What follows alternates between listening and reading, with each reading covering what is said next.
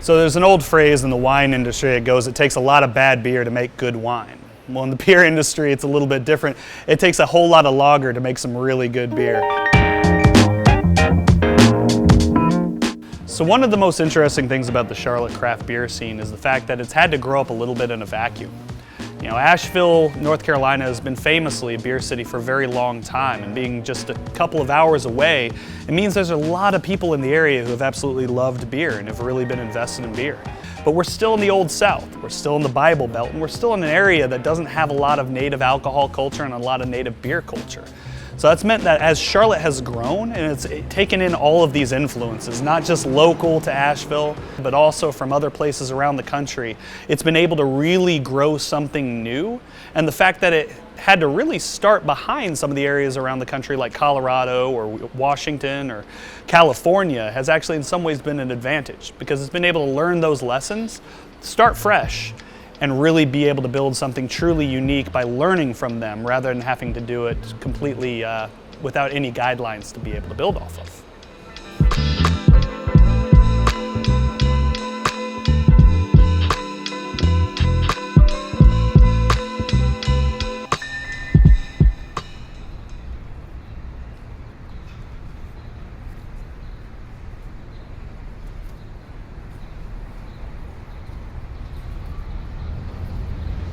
I think Charlotte is such a fun, young city, like I said before, that, being outdoors, spending time with your dog, like hanging out in a beer garden is where most people tend to spend their time. So lager plays in great to that because it's a really, refreshing, simple beer that you can enjoy in hot weather, you can enjoy without even really having to focus on, the nuances. You can enjoy it and have a conversation. It can be that session beer for you. And then doing the India Pale Lager brings in a little bit more of that like vibrant, youthful kind of hop forward character to it. It represents the best of both worlds. It's this like crisp, refreshing, easy to drink beer that's also exciting and innovative and fun. And for the brewers of Charlotte, that really speaks to the fact that we're in an area that has been bud country and Miller country forever. But now we have this rich culture of people who are still in an area that gets way too hot in the summer to be drinking big, heavy imperial stouts. And IPL is a perfect way of combining all of those impulses with everything that we've learned from craft beer into something that's really going to be a showcase for those hops, speak to the spirit of craft beer, but also speak to the area that it came from.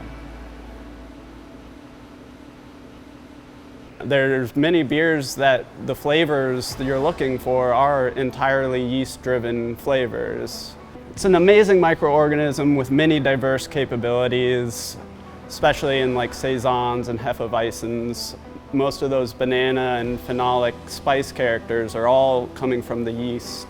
The IPL style, the L means lager, right? And so lagers, the cold fermentation are very, very subdued in terms of ester production and the typical like more forward fruity aromas that ale yeasts have, right? And so that will allow the grain contributions to shine even more. You have to be a little bit more careful with the hop addition, right? Because you only have alcohol, but less so these fruity ester characters from the yeast to kind of balance the hop profile. So for an IPL, you'll have more of the malt shining through, giving it a base body, and then the alcohol obviously will help balance against the hop aroma. A lot of people hear about hops. Hops get a whole lot of publicity, even after being in the malt business for years. Like that's the one ingredient that people know about that's in beer. But actually a lot of the difference in flavor of beer does come from different types of malts that are used. Malt is what makes the difference between, say, a Pilsner and a Pale, and obviously a wheat beer that would be made with wheat malt. That gives it a lot of its character. Malt makes that difference in color. So different malts give you that difference in color and also a lot of the difference in flavor.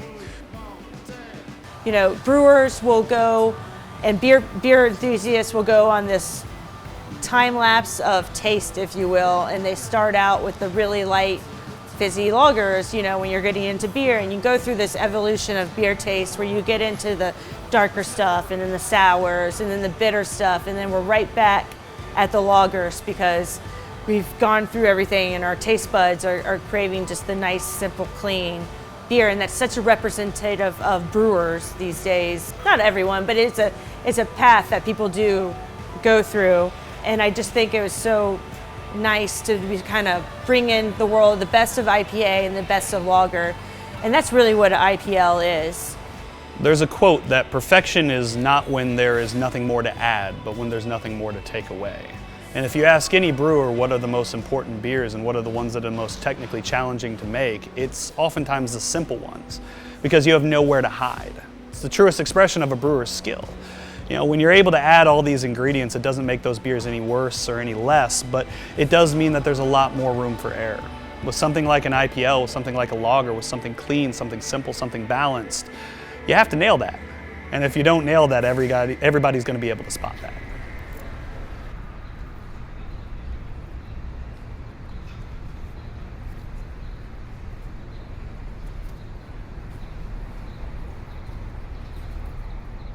I consider brewing, it's an art form.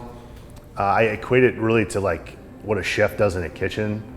You take a lot of individual pieces that have to be put together in a certain way or a right way for them to come out better than the sum of their parts. So like a chef, you know, creates these amazing dishes from all these pieces of food or whatever. We kind of do that exact same thing with, you know, grain and water and hops and yeast and fruit and whatever other adjuncts it may be. I think there's a huge amount of opportunity for that. I think, you know, food and beer pairing is something that sommeliers have been doing it with wine for a long time, and beer just has such a wide range of character you can get, you know, just throughout the different styles of like a rich stout or a crisp lager or a funky sour farmhouse ale. There's such a wide range of opportunity to pair things that, you know, wine, for instance, can't do, because at the end of the day, you have grapes to work with, and you might have more tannin or more oak character, but at the end of the day, you're going to have acidity, you're going to have those characters, where with beer, we have so much more opportunity to experiment, we have so much more control over the process that you can really tailor beer in ways that I think wine doesn't hit.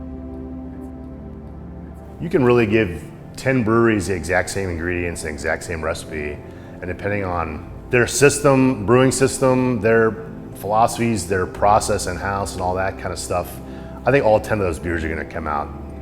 They might be close, but they'll be different. I think we kind of take a lot of influence from old styles and approaches to making beer, but we never are really trying to brew to style. We always we take that Belgian approach where we might take influence from something, but we always want to put our own twist on it.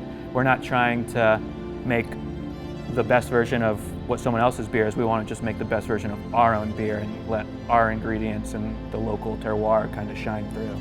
So it's kind of fun because I think there's like really cool overlap between the drinkability and approachability of the beers that each brewery makes, but we all come at it from a little different angle.